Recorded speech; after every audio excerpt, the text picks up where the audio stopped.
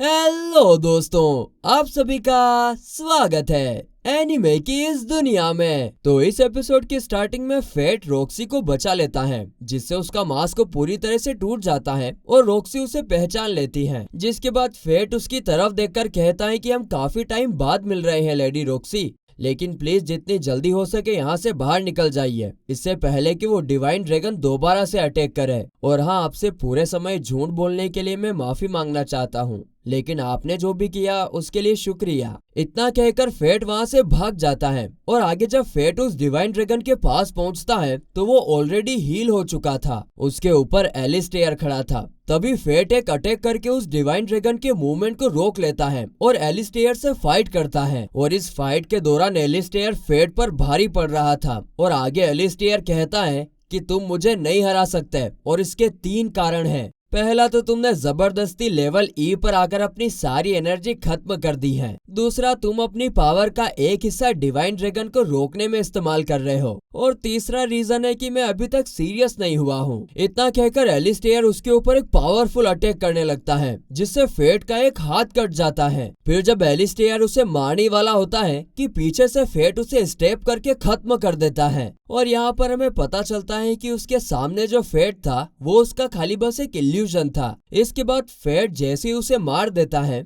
तो वो अचानक से एक खाली जगह पर पहुंच जाता है जो उसने कुछ दिन पहले सपने में देखी थी। तभी हेनियल उससे कहती है कि मैंने तुम्हें उस दिन इतनी चेतावनी दी थी, लेकिन उसका कोई असर नहीं हुआ। ये सुनकर फेट पूछता है कि तुम वही लड़की हो ना जो रोबोट मॉन्स्टर के कोर में थी, जिसके जवाब में कहती है कि हाँ मैं वही लड़की हूँ और मेरा नाम लूना है और मुझे मारने के लिए तुम्हारा शुक्रिया। और वो उससे माफी भी मांगती है, जिस पर फेट कहता है कि तुम क्यों माफी मांग रही हो, जिसके जवाब में लूना कहती है कि मैं तुम्हारी अब और मदद नहीं कर सकती हूँ। तभी अचानक से फेट के नीचे से जमीन टूटने लगती है और लूना कहती है कि मैं इसे रोक कर रख रही थी। जो सुनकर फेट शॉक हो जाता है और कहता है कि इसका मतलब तुम्हारी वजह से ही ग्लूटनी इसके लिए इतना शांत है। लूना कहती है कि हाँ, लेकिन अब और नहीं, मैं और सपोर्ट नहीं कर पाऊंगी। अगर तुमने डिवाइन ड्रैगन को अपने स्किल से मार दिया तो तुम अपने आप पर कंट्रोल नहीं कर पाओगे। और तभी अचानक से फेट के नीचे से जमीन टूट जाती है और वो नीचे गिरने ही वाला होता है कि एक रेड हेयर वाला आदमी आकर उसे पकड़ लेता है, जो कि और कोई नहीं बल्कि ग्रेड था। इसके बाद फेट लूना से कहता है कि मुझे चेतावनी देने के लिए शुक्रिया, लेकिन मैं डिवाइन ड्रैगन को ऐसे ही आजाद नहीं छोड़ सकता हूँ। और इतना कहकर फेट डिवाइन ड्रैगन के सामने आता है, जहाँ वो फेट के मैजिक को तोड़कर आजाद हो जाता है। तभी ग्रीड कहता है कि हमें उसे जल्दी से मारना होगा, लेकिन सिर्फ एक हाथ से शील्ड या बो को इस्तेमाल करना काफी मुश्किल होगा। तभी फेट एक हाथ से ग्रीड को उस ड्रैगन की तरफ फेंक देता है और उस तरफ जंप करके अटैक कर देता है। इसके बाद फेट उसके विंग्स को काट देता है, जिससे डिवाइन ड्रैगन नीचे गिर जाता है और फेट पर एक मैजिक अटैक करता है। लेकिन फेट अपनी स्वॉर्ड से उसके मैजिक को 2 हिस्सों में काटकर उसके बीच से गुजरकर डिवाइन ड्रैगन की बॉडी को 2 हिस्सों में काट देता है। लेकिन जैसे ही वो उसे मारता है, फेट नीचे गिर जाता है और उसे काफी ज्यादा पेन हो रहा था। वो किसी तरह अपने आप को कंट्रोल करने की पूरी कोशिश करता है और सोचता है कि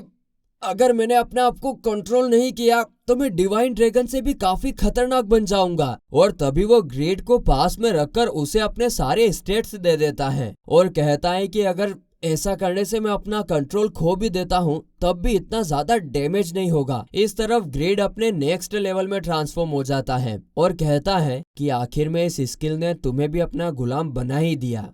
और फिर फेट नीचे गिर जाता है। तभी मायने भी वहां पर आ जाती हैं और कहती हैं कि मैंने सोचा नहीं था कि ये दिन इतनी जल्दी आने वाला है।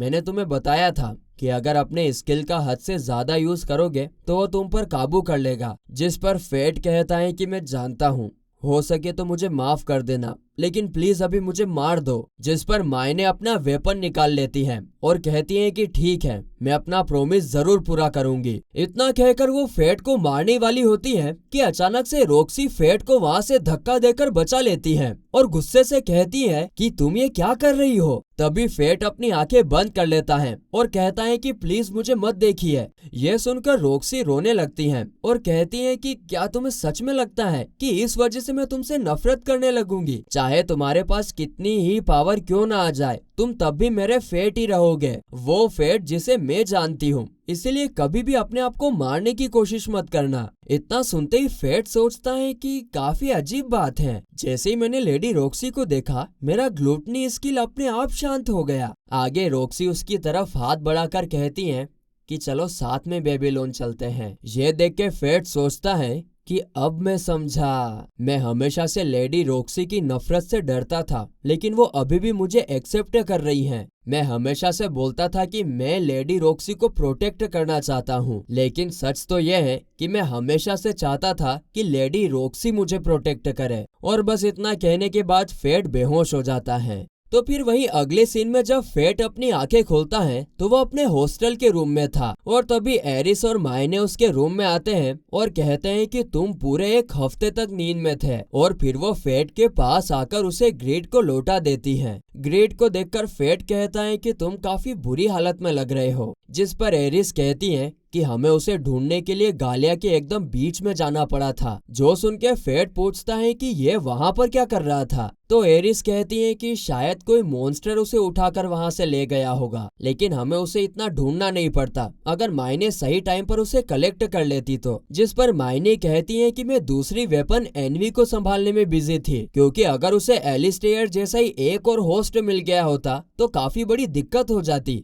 ये सुन के फेट पूछता है कि मुझे कुछ समझ नहीं आया, ये एलिस्टेयर और एनवी के बीच में चल क्या रहा है। जिस पर मायने बताती है कि एनवी उसे कंट्रोल कर रहा था। तो फेट पूछता है कि तो क्या तुमने उसे डिस्ट्रॉय कर दिया, जिस पर मायने कहती है कि नहीं, मॉर्टल सीन के वेपन्स को डिस्ट्रॉय नहीं किया जा सकता है, और इसीलिए मैंने उसे गालिया के एक दूसरे हिस्से में फेंक दिया है। इसके बाद एरिस फेट से कहती है कि वैसे डिवाइन ड्रैगन को हराकर तुमने अपनी काबिलियत साबित कर दी है, और इसीलिए अब हमें तुम्हारी मदद चाहिए। जिस पर फेट कहता है कि पहले मुझसे एक प्रॉमिस करो कि तुम दोबारा कभी भी लेडी रॉक्सी की तरफ आंख उठाकर भी नहीं देखोगी, तभी मैं तुम्हारी बात सुनूंगा, वरना बिल्कुल भी नहीं। तो एरिस कहती है कि ठीक है, वैसे भी ये आइडिया एनवी का था और मैं ही बेवकूफ थी जो उसके प्लान के हिसाब से चल रही थी। खैर, डिवाइन ड्रैगन के मरने के बाद अब एक नया समय शुरू होने वाला है, और इसीलिए आगे आने वाली चीजों के लिए हमें तुम्हारी मदद चाहिए। यह सुनकर फेट कहता है कि मुझे कुछ समझ तो नहीं आया, लेकिन मैं ग्लूटनी स्किल के साथ ही पैदा हुआ था, इसलिए शायद ये करना भी मेरी जिम्मेदारी होगी।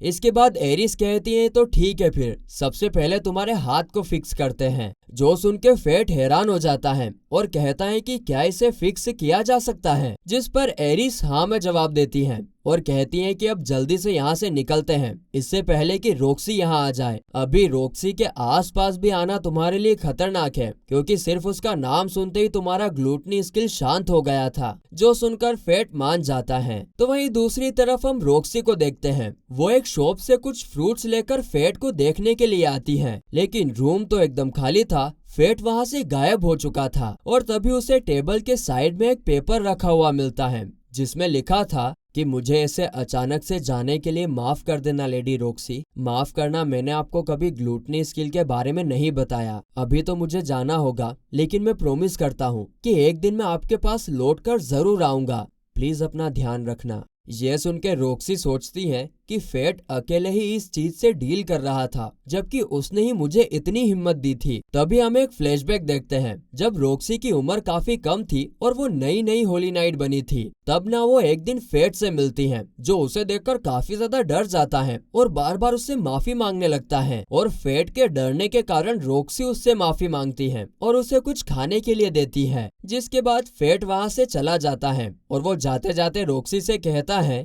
कि आपकी वजह से मुझे अब यहाँ पर इतना डर नहीं लगेगा। आप जैसी अच्छी होली नाइट से मिलकर मैं काफी खुश हूँ। और यह सुनकर रॉक्सी काफी खुश हो गई थी और पहली बार उसे होली नाइट होने पर प्राउड फील हो रहा था। और इसके बाद अगले सीन में हम वेल्रिक फैमिली के 2 बचे हुए सिबलिंग्स को देखते हैं, जो कि साथ में चाय पी रहे थे। इसके बाद राफेल अपने रूम में रिसर्च करने के लिए आ जाता है और डोर बंद करते ही कहता है कि मुझे खुशी है कि तुमने मेरे भाई हाडो को मार दिया फेट। और इतना कहकर वो जोर जोर से हंसने लगता है। और तभी हम देखते हैं कि फिलोसोफर स्टोन उसके टेबल के ऊपर ही रखा हुआ था, जो काफी जोर जोर से चमक रहा था। तो वहीं इसके अगले सीन में फेट एक मैजिक से अपने हाथ को वापस से हील कर लेता है और आगे कुछ मॉन्स्टर से फाइट करने के लिए जाता है। जिसके साथ ही ये एपिसोड यहीं पर खत्म होता है।